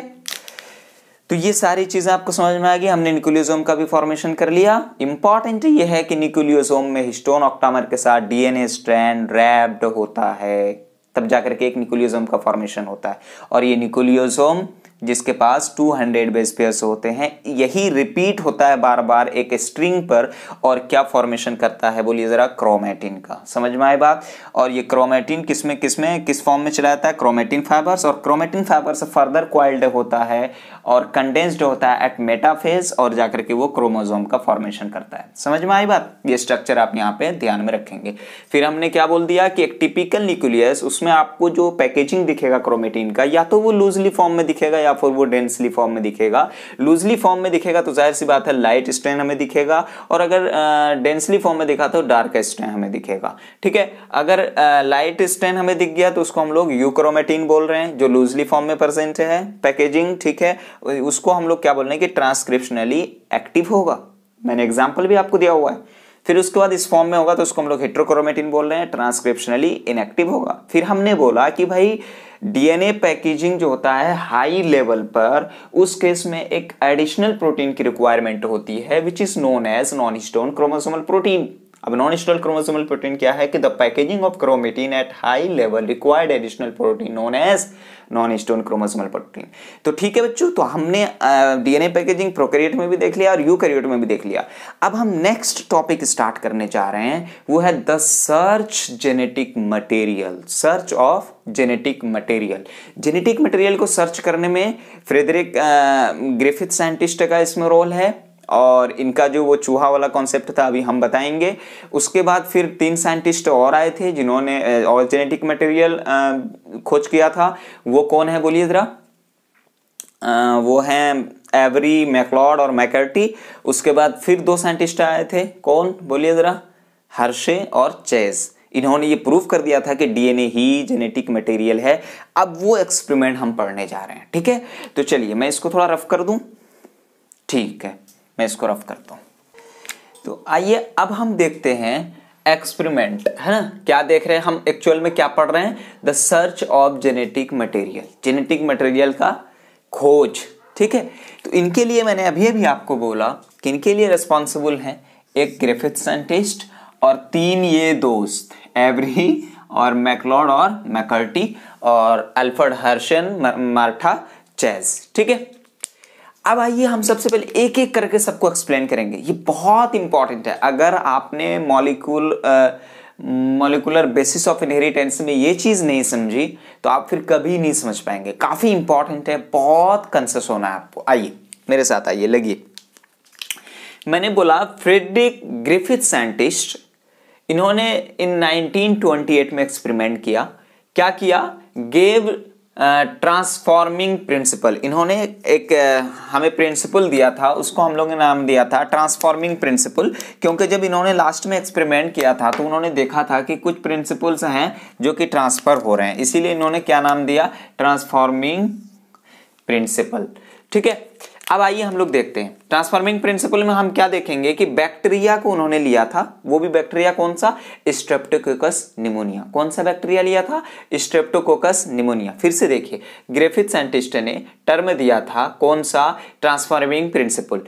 ठीक है, उन्होंने बैक्टीरिया लिया था स्ट्रेप्टोकोकस निमोनिया। ठीक है, तो इस बैक्टीरिया को कॉलोनीज के हिसाब से उन्होंने दो कैटेगरी में डिवाइड कर दिया था। कौन कौन? एक तो क्या था, उन्होंने रफ या स्मूथ कॉलोनी और एक दूसरा रफ कॉलोनी। ठीक है, स्मूथ कॉलोनी वाले को उन्होंने नाम दिया आर स्ट्रेन, ये सॉरी एस स्ट्रेन, और रफ कॉलोनी वाले को उन्होंने नाम दिया आर स्ट्रेन। क्लियर है? उन्होंने कॉलोनी दो लिया, एक स्मूथ कॉलोनी और दूसरा रफ कॉलोनी। ठीक है, यानी ये हमेशा कुछ ऐसे बैक्टीरिया जो कि स्मूथ कॉलोनी प्रोड्यूस करते थे उनको स्मूथ कॉलोनी वाले बैक्टीरिया बोला, यानी उसको एस स्ट्रेन नाम दिया, और जो हमेशा रफ कॉलोनी प्रोड्यूस करते थे उस बैक्टीरिया को आर स्ट्रेन नाम दिया। इतनी चीजें क्लियर है? नेक्स्ट, जो स्मूथ कॉलोनी वाले बैक्टीरिया थे उसके पास जो उसका कॉर्ड था वो क्या था? पॉलीसेक्राइड। पॉलीसेक्राइड कॉर्ड था उसके पास, और ये वायरुलेंट थे, यानी दे कॉज निमोनिया, ये डिजीज कॉज करने वाले। कौन? S strain. और आज आर स्ट्रेन में do not have polysaccharide coat and non virulent, no cause pneumonia, है ना, पी फॉर निमोनिया। ठीक है, तो अभी आपको याद रखना है कि हमारे जो ग्रिफिथ साहब थे उन्होंने आर स्ट्रेन बैक्टीरिया लिया और एस स्ट्रेन बैक्टीरिया दो लिया। ठीक है, अब इनका एक्सपेरिमेंट हुआ क्या? अब आ जाते हैं हम लोग इनके एक्सपेरिमेंट पर। आप किस पर आ जाते हैं? Experiment first. एक्सपेरिमेंट फर्स्ट में उन्होंने क्या किया कि बच्चों एक चूहा लिया। क्या लिया? बोलिए जरा। एक माउस लिया। माउस कैसे बनाओ? कैसे बनाओ?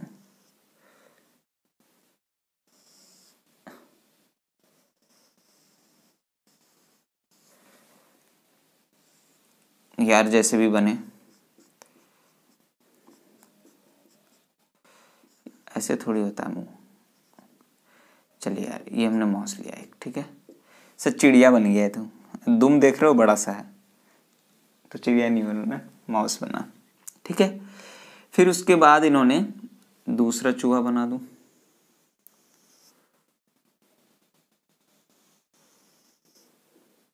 सर हाँ, ये चूहा बन गया।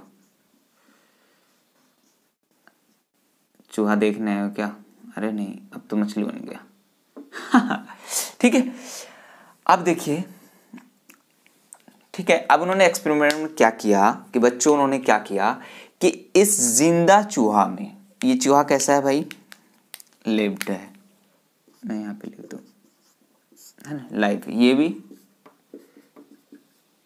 लाइव। अब इसमें क्या किया उन्होंने? एस स्ट्रेन को क्या किया? इंजेक्ट किया डायरेक्ट। क्या किया? इंजेक्ट। जैसे ही एस स्ट्रेन को इंजेक्ट किया उन्होंने क्या देखा कि ये चूहा के अंदर निमोनिया हो गया, और चूहा क्या कर गया? डाइट। फौरन से पहले क्या हुआ? मर गया। Mouse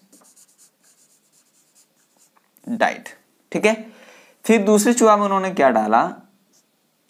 R strain. और आर स्ट्रेन को देखा कि भाई चूहा माउस जो है वो क्या है? जिंदा है। मतलब कोई फर्क नहीं पड़ा। पहला एक्सपेरिमेंट क्या? पहला एक्सपेरिमेंट आर स्ट्रेन को उसने जिंदा चूहा में डाला तो वो चूहा मर गया। बहुत देहाती लैंग्वेज, सिंपल लैंग्वेज में समझिए। दूसरे में क्या किया उन्होंने? जिंदा चूहा के अंदर उन्होंने आर स्ट्रेन को डाल दिया, चूहा जिंदा रहा। क्लियर हुआ? अब उन्होंने क्या किया? अब उन्होंने क्या किया कि इस स्ट्रेन को उन्होंने हीट कर दिया। नेक्स्ट मैं यहीं पे बता दूं, इधर बता दूं, है ना। आर स्ट्रेन को अब इन्होंने क्या किया?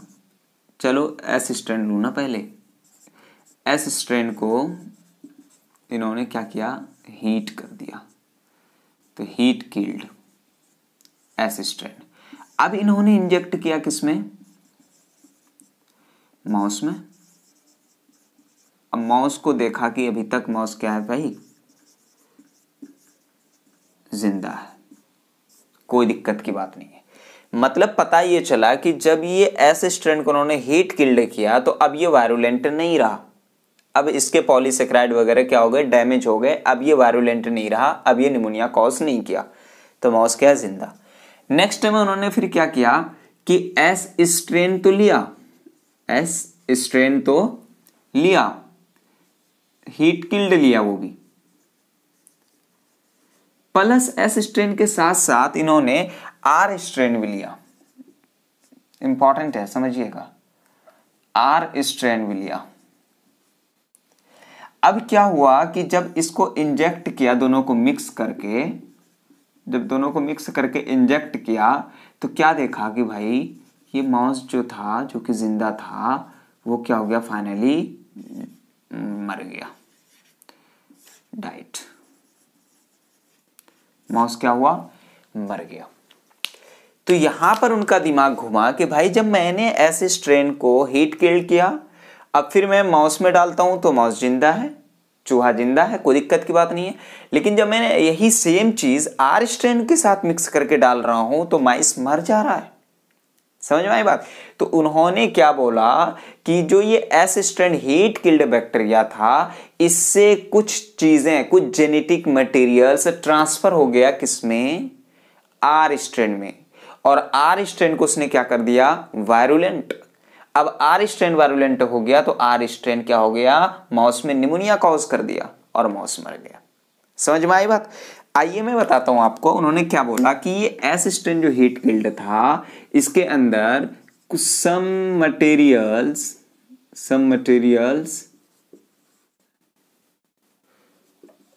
क्या हुआ, ट्रांसफॉर्म हुआ, जिसकी वजह से ये आर स्ट्रेन अब क्या हो गया, वायरुलेंट। वायरुलेंट हुआ तो ये क्या किया, निमोनिया कॉज किया। निमोनिया कॉज किया तो क्या हुआ, माइस डाइड। समझ में आई बात, माउस क्या हुआ, मर गया। समझ में आई बात। तो ये जो कुछ चीजें ट्रांसफॉर्म हो रही थी आर स्ट्रेन में, इसी को उन्होंने बोला ट्रांसफॉर्मिंग प्रिंसिपल। समझ में आई बात। क्या देखा अभी तक एक्सपेरिमेंट में, काफी इंपॉर्टेंट चीज। उन्होंने एस स्ट्रेन आर स्ट्रेन लिया, एस स्ट्रेन को चूहा में डाला तो चूहा मर गया, आर स्ट्रेन को डाला तो चूहा नहीं मरा। फिर उन्होंने एस स्ट्रेन को हीट किल्ड किया और उसके बाद चूहे में डाला तो चूहा नहीं मरा, ठीक है। फिर उसके बाद उसने वही हीट किल्ड एस स्ट्रेन लिया और आर स्ट्रेन के साथ मिक्स कर दिया। अब फिर चूहे में डाल रहा है तो चूहा मर जा रहा है। तो उन्होंने ये ऑब्जर्व किया कि जो एस स्ट्रेन हमारा हीट किल्ड बैक्टीरिया था, उसमें से कुछ चीजें ट्रांसफर हुई किसमें, आर स्ट्रेन में, जिसकी वजह से आर स्ट्रेन क्या हो गया, वायरुलेंट। अब वो निमोनिया कॉज कर दिया और वो मर गया। समझ में आई बात। तो उन्होंने क्या बोला, ट्रांसफॉर्मिंग प्रिंसिपल। क्लियर है। अब नेक्स्ट आ जाते हैं हम लोग, नेक्स्ट एक्सपेरिमेंट पर आ जाते हैं हम लोग, किस पर, एवरी मैक्लॉड और मैकर्टी, इन पर आ जाते हैं। इनको समझने से पहले थोड़ा सा मैं आपको बोल दूं कि थोड़ा सा इनके नाम पर ध्यान दीजिएगा। इन्होंने biochemical characterization of transforming principles लिया। मतलब कि उन्होंने जो फ्रेडरिक ग्रिफिथ साइंटिस्ट थे, इन्हीं का जो एक्सपेरिमेंट था आर स्ट्रेन और एस स्ट्रेन, इन्हीं के बेसिस पर इन्होंने एक्सपेरिमेंट किया। बस फर्क किया था कि इन्होंने कुछ एंजाइम्स का यूज किया। इन्होंने क्या किया कि दे destroy biomolecules with the help of enzymes. जैसे प्रोटीन को उन्होंने एक बार डिस्ट्रॉय किया with the help of protein का डाइजेस्टिव एंजाइम क्या हो जाएगा, प्रोटीएज। और आरएनए को उन्होंने डाइजेस्ट किया, आरएनएज, और डीएनए को डाइजेस्ट किया। अब उस चीज को समझिए, तीनों साइंटिस्ट एवरी, ऑसवाल्ड एवरी और कॉलिन मैकलॉड और मैकलिन मैकर्टी 1933 to 44 इसी के बीच में इन्होंने क्या दिया, एक्सपेरिमेंट किया था। ठीक है। इन्होंने क्या किया कि biochemical characterization of transforming principles Griffith scientistic basis पर इन्होंने उसी का किया, उसी आर स्ट्रैंड और एस स्ट्रैंड पर उन्होंने, लेकिन क्या किया कि कुछ एंजाइम्स उन्होंने यूज किया। अब देखिए मैं वो चीज समझाने की कोशिश कर रहा हूं। इन्होंने S strain heat killed bacteria लिया, प्लस एक बार में इन्होंने क्या लिया, प्रोटीएजेस, प्लस इन्होंने क्या लिया, बोलिए जरा, आर स्ट्रेन लिव्ड। ठीक है, अब इस केस में उन्होंने क्या देखा कि भाई जो हम जेनेटिक मटेरियल ट्रांसफर कर रहे थे दूसरे ऑर्गेनिज्म में, वहां पर क्या हो रहा था, बोलिए जरा, ट्रांसफॉर्मेशन हो ही रहा था। ट्रांसफॉर्मेशन हो ही रहा था, मतलब पता ये चला कि जब हम प्रोटीएसेस लेते हैं, जब हम प्रोटीन को डाइजेस्ट कर देते हैं, तो वहां पर हमारा ट्रांसफॉर्मेशन नहीं रुका, मतलब ट्रांसफॉर्मेशन होता ही रहा। समझ में आई बात। नेक्स्ट केस में उन्होंने क्या लिया, S strain plus, sorry S strain heat killed ही बोल दो, एच के बोल दूं तो चलेगा, हीट किल्ड प्लस आरएनएज, क्या लिया, sorry RNase plus R strain.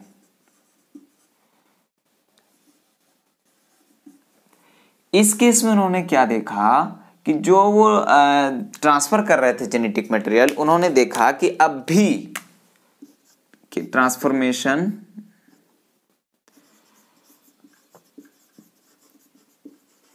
हो ही रहा।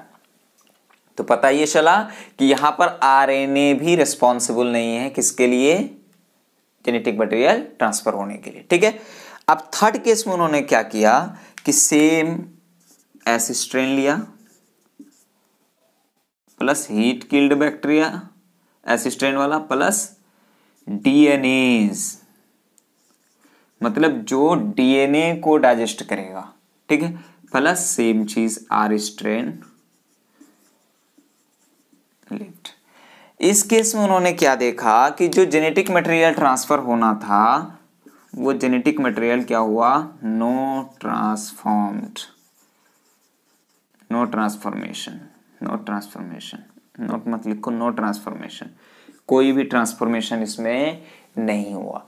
तो पता ये चला कि जब हम डीएनए को क्या कर रहे हैं, डाइजेस्ट कर दे रहे हैं, तो जेनेटिक मटेरियल ट्रांसफर नहीं हुआ। तो इन्होंने भी यही बोला कि जेनेटिक मटेरियल क्या है, वो डीएनए है। समझ में आई बात। इस केस में उन्होंने क्या बोला कि भाई आर स्ट्रैंड हीट किल्ड हमने लिया।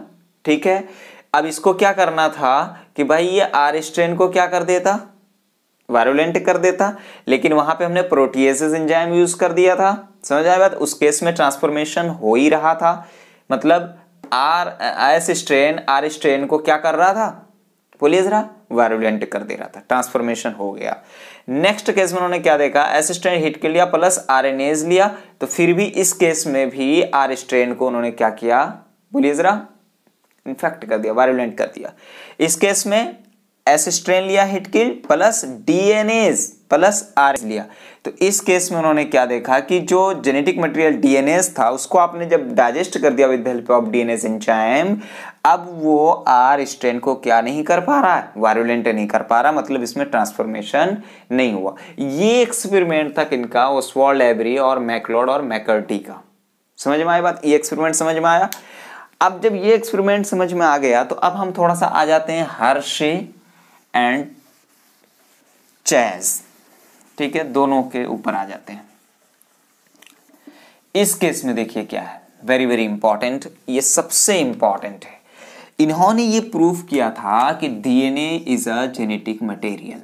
इन्होंने क्या बोला था, DNA is a genetic material. इन्होंने ये बात कह दी कि डीएनए ही जेनेटिक मटेरियल है आफ्टर हिज एक्सपेरिमेंट।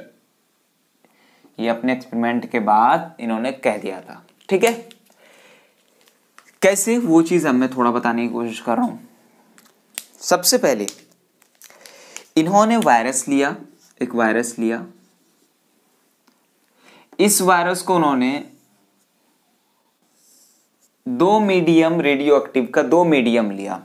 एक तो क्या लिया, phosphorus medium, radio active medium बोलिए, फॉस्फोरस रेडियो एक्टिव मीडियम, और दूसरा लिया इन्होंने sulphur radio active medium. Clear? अब ये जो virus phosphorus radio active medium में था, इन्होंने क्या अब्सॉर्ब किया, इनको क्या देखने को मिला, बोलिए जरा, डीएनए रेडियो एक्टिव मीडियम। क्या देखने को मिला, डीएनए रेडियो एक्टिव। अब कैसे ये चीज, अब याद कीजिए, वायरस का जो स्ट्रक्चर अगर मैं बनाने की थोड़ा सा कोशिश करूं यहां पे,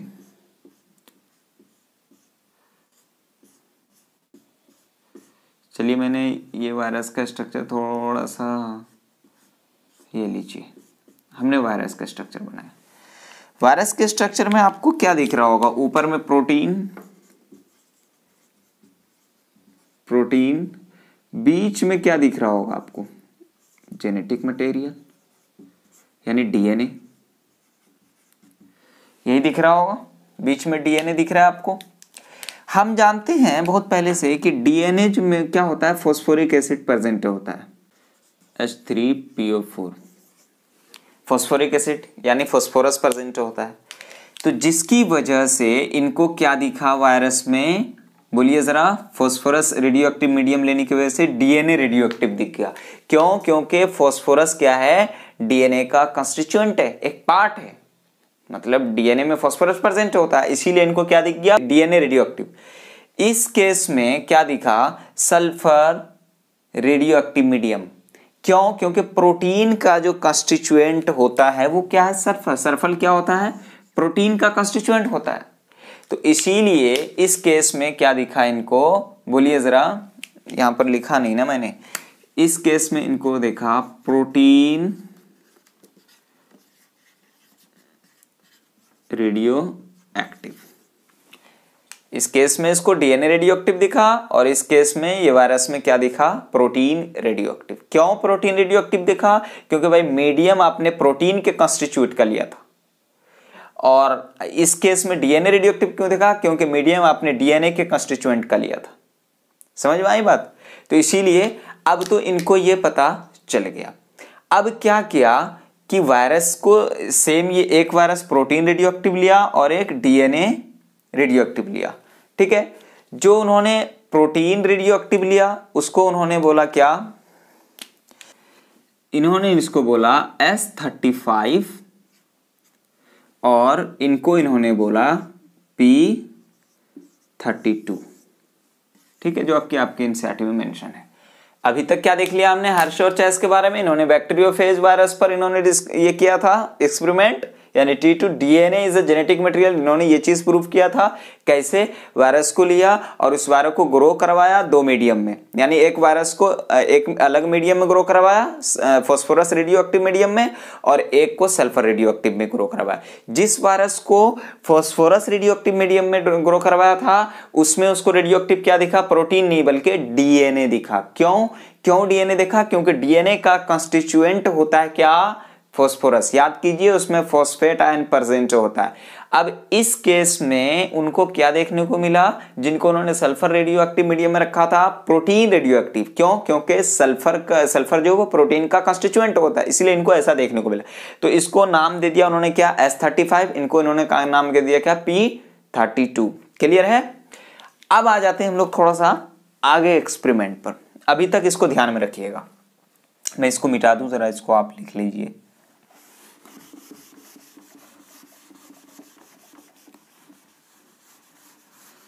अब देखिए इन्होंने इनका क्या मजेदार चीज इन्होंने बताया।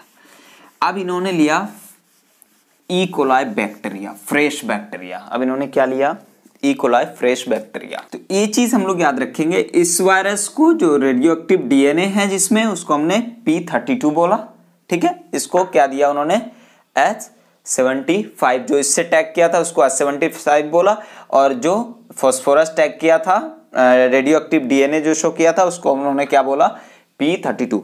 अब यहां तक तो क्लियर है, ये सब तो कोई खास नहीं है। अब आ जाते हैं हम एक्चुअल में देखते हैं एक्सपेरिमेंट जो उन्होंने बाद में किया। उन्होंने लिया क्या, फ्रेश बैक्टीरिया इकोलाई। क्या लिया उन्होंने, फ्रेश बैक्टीरिया लिया, ठीक है। फ्रेश बैक्टीरिया हमने ले लिया, दोनों के दोनों इकोलाई। अब इस पे हम क्या कर रहे हैं कि वायरस को इस पे क्या कर रहे हैं, इन्फेक्ट प्रोसीड करवा रहे हैं वायरस के थ्रू। अब देखिए, ये लीजिए,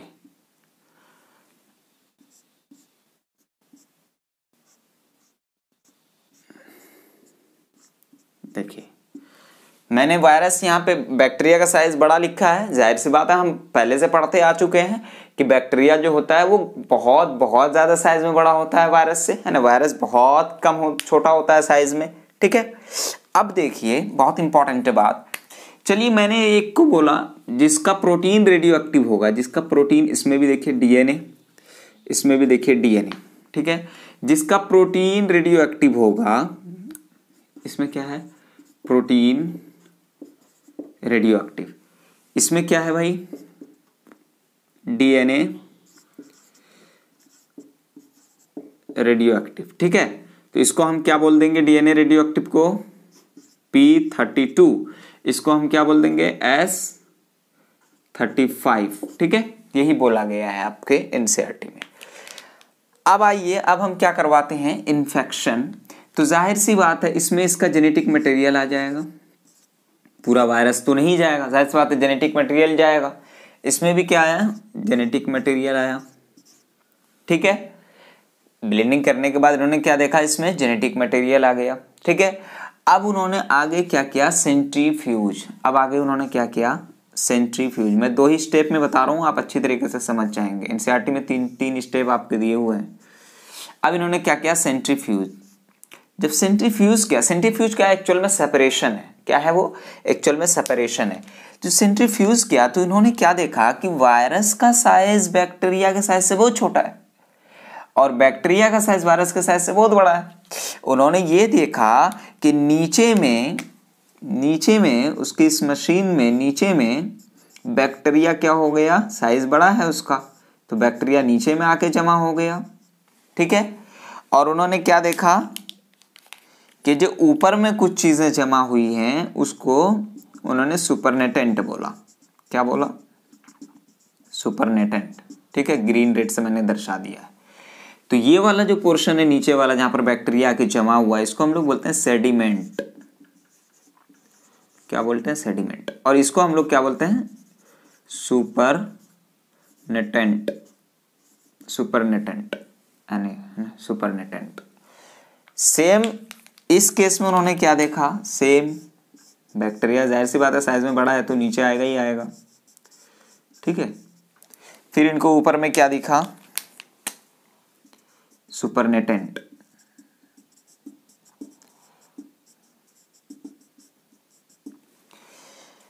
तो जिस केस में डीएनए रेडियोएक्टिव था यानी P32 वाले केस में उन्होंने ये जो सेडिमेंट वाला पार्ट था उनके सेंट्रीफ्यूज मशीन में, इन्होंने क्या देखा कि यहां पर ये रेडियो एक्टिव है।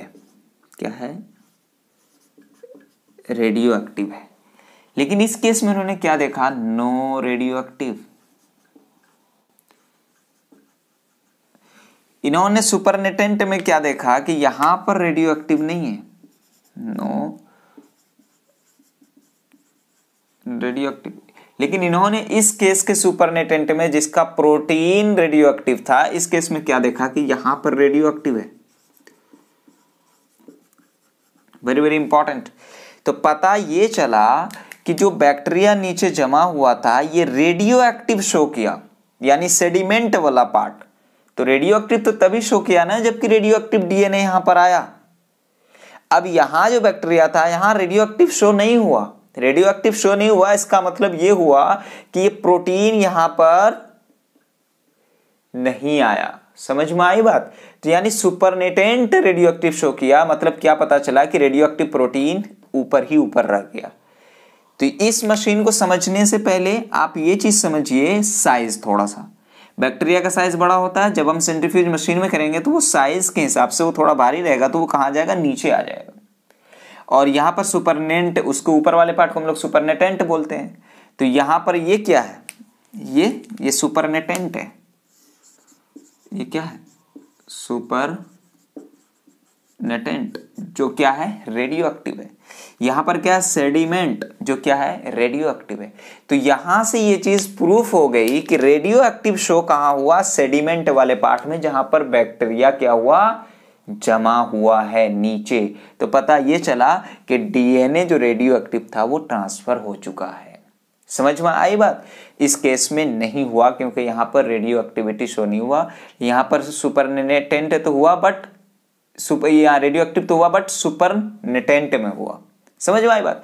तो फाइनली इससे ये प्रूफ हो गया कि डीएनए ही जेनेटिक मटेरियल है, क्योंकि रेडियो एक्टिविटी शो कहां हुई है, सेडिमेंट यानी बैक्टीरिया वाले पार्ट में। यहां पर रेडियो एक्टिविटी कहां शो हुआ है, सुपरनेटेंट वाले पार्ट में। समझ में आई बात।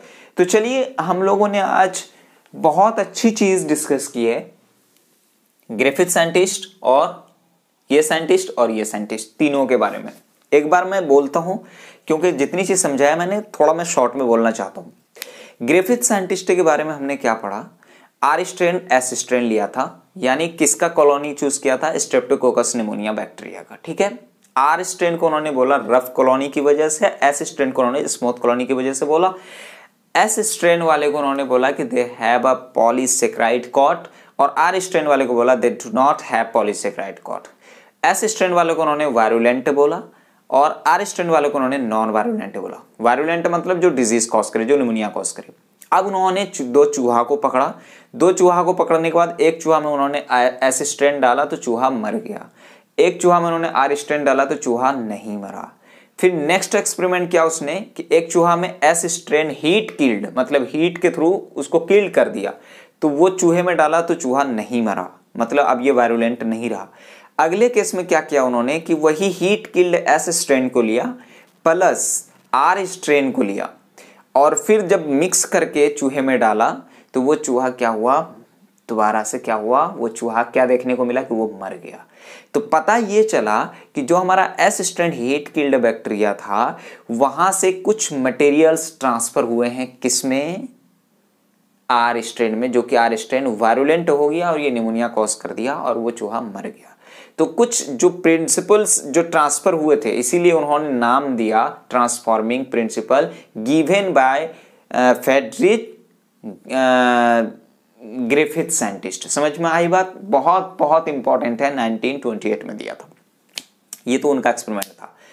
नेक्स्ट आए हमारे every, Oswald every, Colin McLeod और मैकलिन, क्या नाम है, मैकलिन मैकर्टी।